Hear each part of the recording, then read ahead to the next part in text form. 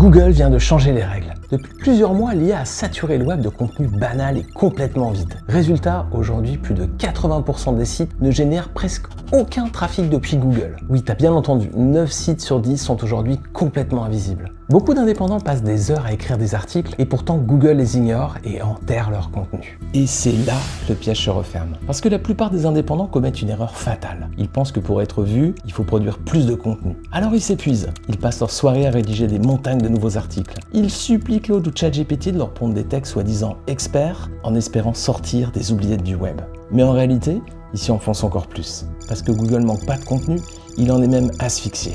Et lorsque tu lui balances des textes qui répondent pas aux nouvelles attentes de ses algorithmes, tu lui envoies un signal dévastateur. Tu n'es qu'un clone parmi des millions d'autres. Résultat, tu es relégué dans les limbes de Google et tu n'attires aucun visiteur vers ton site. C'est exactement pour t'éviter ça que j'ai fait cette vidéo. Dans cette vidéo, je vais te montrer 4 stratégies SEO surpuissantes pour hacker la nouvelle psychologie de Google et te positionner en haut des résultats de recherche. Si tu appliques ces conseils à la lettre, tu vas générer plus de trafic, plus de leads et plus de clients pour ton activité. Et reste bien jusqu'à la fin. Je vais te montrer pourquoi ton expertise est ton arme la plus redoutable face aux algorithmes et je vais te partager un chiffre qui va te faire froid dans le dos. Si tu me connais pas, je m'appelle Fabrice, j'ai lancé mon premier blog pour mon activité en 2016 et un second en 2020. Aujourd'hui, il me génère plus de 3 millions d'impressions sur Google, plus de 35 000 visiteurs par an et plusieurs de mes pages sont positionnées en top 1 sur des requêtes stratégiques pour mon activité. Je vais te partager à présent 4 stratégies concrètes pour que ton site devienne la référence, toi aussi, dans ton domaine.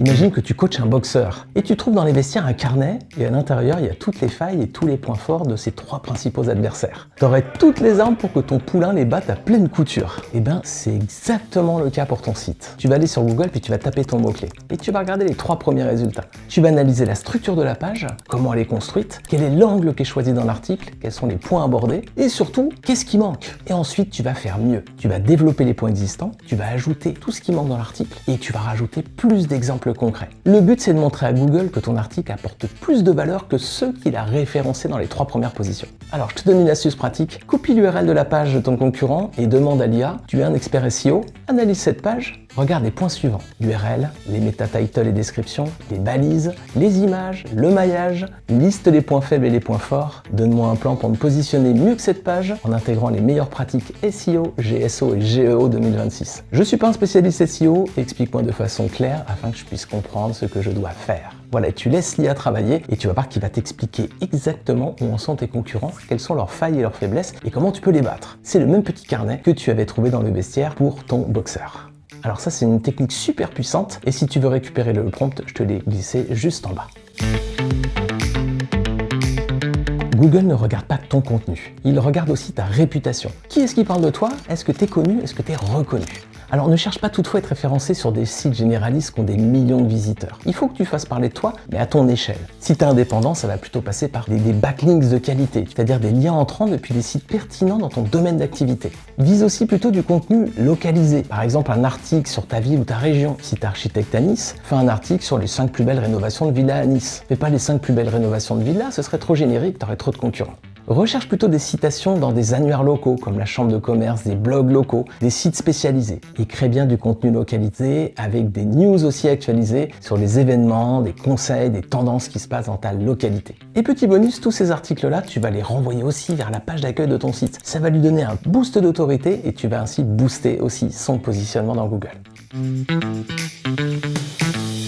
Troisième astuce, mets à jour régulièrement les contenus de ton blog. Et ouais, t'as peut-être des anciens articles qui ont peut-être déjà performé dans le passé, mais avec le temps, voilà, le trafic a diminué, les infos deviennent obsolètes. Alors là, ce que tu vas faire, c'est de faire un ravalement de façade SEO. Tu vas aller identifier les pages où le trafic décline. Pour ça, tu vas dans l'outil Google Search Console. Tu regardes un peu comment tes pages elles ont décliné et tu les mets à jour. Tu ajoutes des données, tu améliores le format, tu complètes les infos manquantes, tu en fais finalement presque un nouvel article, du moins un article enrichi. Alors ce que je te conseille, c'est prioriser les articles qui t'apportent plus de trafic. Tu regardes les 20% qui t'apportent les 80% d'audience. Et ceux-là, tu vas les mettre à jour tous les 6 mois. Les autres articles, tu vas les mettre à jour tous les 12 mois par exemple. Ils sont toujours importants, mais ils sont un petit peu secondaires. Pense bien que Google adore le contenu frais et à jour, c'est pourquoi notamment Wikipédia rank aussi bien. Donc c'est important que tu fasses des repasses sur ton contenu pour actualiser tes articles, de telle façon que Google se dise « c'est pas un article dépassé, il faut encore que je garde son positionnement ». Imagine 2 chefs cuisiniers. Il y en a un qui va prendre des produits premier prix au supermarché, et puis va faire une recette qu'il a trouvée sur un site web. Et l'autre cuisinier il va prendre des ingrédients frais, locaux, des bons produits, et il va appliquer minutieusement une recette de grand chef 3 étoiles Michelin. À ton avis, lequel des deux va faire le meilleur plat? Le deuxième, bien sûr. Et bien c'est ce qui se passe aujourd'hui avec le contenu rédigé par l'IA. Une étude de Neil Patel l'a démontré. Ils ont analysé 68 sites, 744 articles, la moitié écrit par des humains et l'autre moitié écrit par l'IA. Résultat, le contenu humain a généré 5 fois plus de trafic organique que celui de l'IA. Pourquoi? Parce que l'IA recycle souvent ce qui existe déjà. Donc c'est un peu la recette de cuisine vue et revue quoi. Et ça a moins de valeur pour Google. Google, il préfère la recette de grand chef, avec des bons produits. Alors comment tu peux utiliser l'IA intelligemment? Parce que l'IA c'est utile quand même. Et bien l'IA elle va te donner des idées de contenu. Voilà, parfois c'est pas trop quel point aborder. Tu peux demander à l'IA, donne-moi des idées pour mes prochains articles de blog. Lui il va te donner rapidement un plan aussi pour structurer ton article. Et ensuite, tu fais pas un copier-coller. Tu l'ajustes avec ton ton de voix, avec ton style, avec ta personne. Le contenu principal, c'est toi qui l'écris, c'est toi qui le supervise, c'est toi le rédacteur en chef. Comme un chef étoilé, tu fais un petit peu tout. Mais le contenu principal, le corps du texte, c'est toi qui l'écris, c'est toi qui le supervise. Voilà. Comme le chef étoilé, c'est lui qui fait le plat. C'est pas l'apprenti qui vient d'arriver, quoi. On attend le plat du chef. Voilà. Google, il attend le plat du chef et le chef ici, c'est toi. Alors pense bien que Google, il valorise l'expérience et l'expertise réelle, tout ce qui est humain. Alors laisse pas l'IA tout rédiger à ta place, c'est la clé pour que tes contenus se placent en haut de Google et t'apportent des clients.